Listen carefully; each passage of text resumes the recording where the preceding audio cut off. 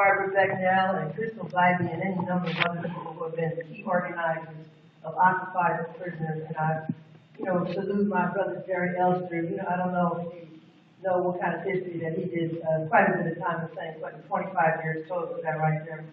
Or 27. A quarter of, quite a bit of life. And I also want to say how grateful I am to be here with my comrade and sister Angela Davis, whom I have not seen in quite a while. We're still standing up.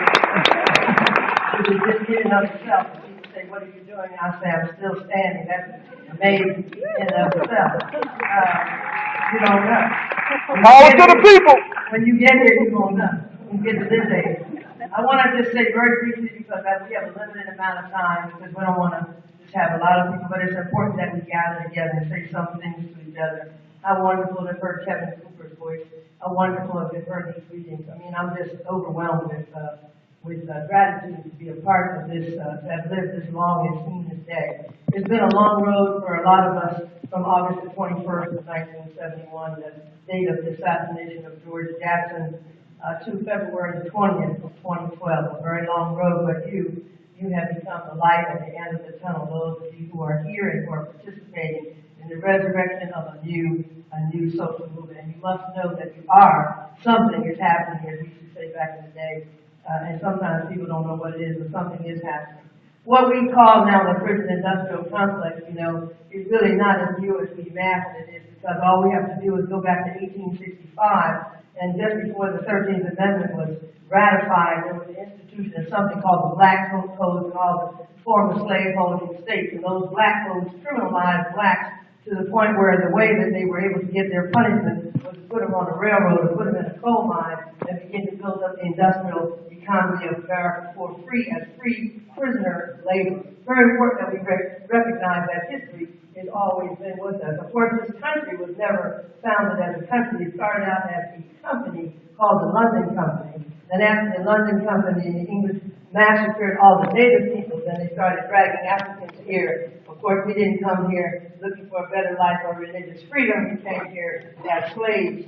And so during that period, from the beginning of the founding of Jamestown, after the complete annihilation of the Mohawk Confederacy, all 30 tribes, and the founding of Jamestown, and then the country went forward. By 1776, the United States was founded as a slave-holding nation. Now that's important because slaves were labor. You have to remember, there was labor and it was free labor, and most of that free labor was African people of African descent. And so by 1865, we went from being a slave class to a prisoner class, effectively, because there were black crimes that were unique only to black people, for which we ended up on the railroads and the chain gangs and so forth.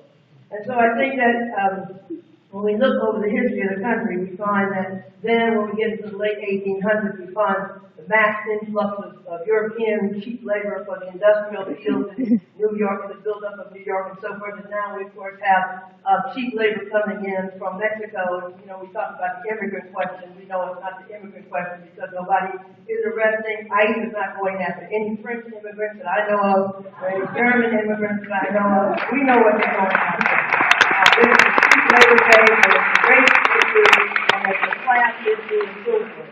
So this is all capitalism 101 in this few minutes that I have to talk, because I wanted to mention this connection between all of this. The prisoner labor that the brother was just speaking about, that Barbara just read, and I'm sorry, what was his name so we don't forget?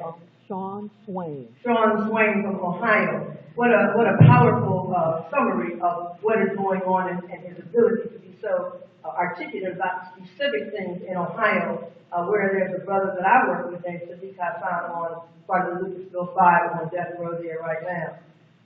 Martin Luther King, was not the guy that everybody thought was sort of man-to-man, two-dimensional guy that everybody talked about was nonviolent, who I noticed is getting lighter and lighter with each year. I don't know if anybody's noticed this, but in any case, Dr. King down at the statue with a very strange inscription next to it. But Dr. King, frozen in time in 1963, what we forgot is by 1968, he was talking about going to Washington in a poor people's campaign to talk about several things. One of them was guaranteed income. Guaranteed income. And the second one was redistribution of the wealth of the nation. Now, people don't know that one.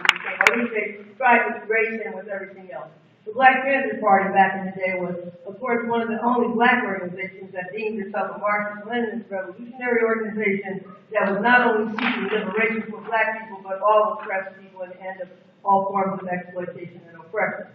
So now we come from this other generation, and we reach across the generations now for you, and so grateful to see that there is a resurrection of a social movement in this country, and the Occupy movement is exactly that. No matter what anyone says, the Occupy movement has brought us together, generation after generation, and we are marching forward. So I want to close by saying I'm happy to hand over the blood-stained banner to you. I'm happy to take my place in the wings of history beside you and to give you whatever I have to give you. Happy to support you. Happy to cheer you on. Happy that I didn't die and we didn't die. We lived to see this moment.